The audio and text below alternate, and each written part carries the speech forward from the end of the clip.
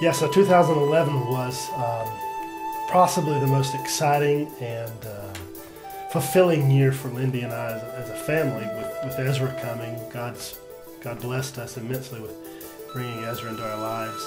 At the same time, being involved in ministry and community here in Nairobi has brought on a lot of nuances of relationships, people from all over the world that we've been able to become close to. And then within the ministry itself, we're seeing chicken farming just explode, and we're seeing graduates from the Bible college, and then knowing that 4 of our boys who used to be street boys but are now not only saint boys, they are school boys. They're back in school. Yeah, 2011 has been a very exciting year. On Tuesdays, we had the privilege of partnering with another ministry called Feed the Hunger to go and take food to slum schools. There's about 4 schools that we take food to. It's a fortified rice food that's been developed and engineered back in the U.S.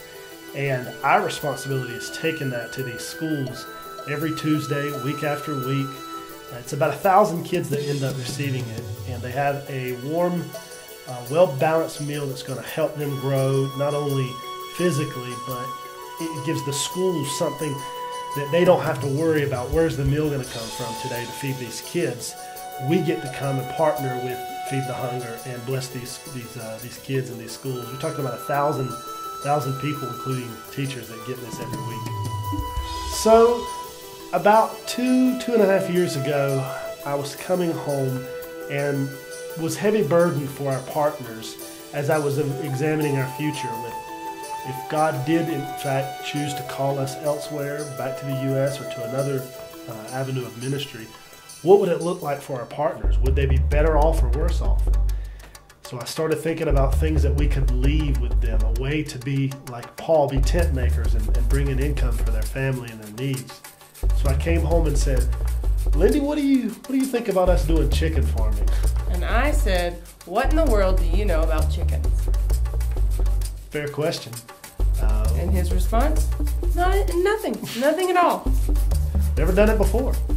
But knowing how important chicken is to this culture, it seemed like something to investigate. And quickly, as we talked with our partners like Thomas and Noah, it became very clear that this was something that we should look into because it is a viable way to bring in income in a short manner of time.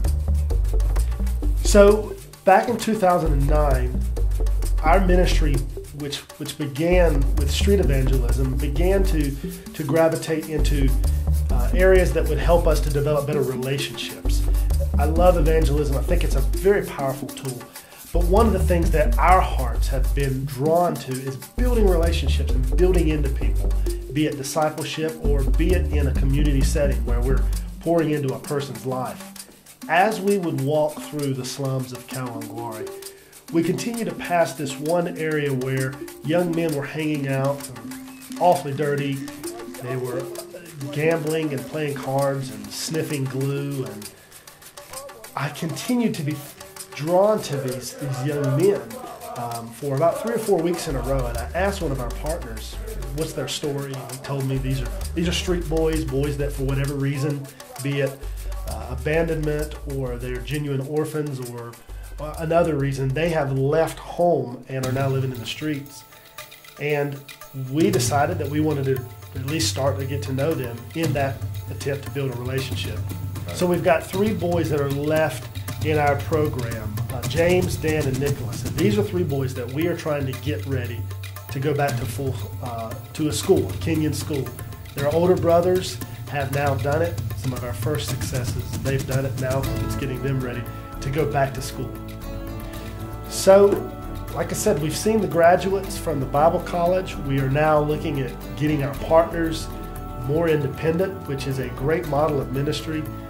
And we're excited, but we're also nervous because where is the future for us? We are sensing and looking at all the things God's doing, and it is quite possible that God could be calling us away from Kenya to some other place, like Abraham, to a land we don't even know, or a place and a purpose. So it is definitely a time that Lindy and I had to pray about quite a bit and seek godly counsel. maybe we've worked ourselves out of a job, which is a good thing. That's always a good thing. That's what we're here to do, make people self-sufficient.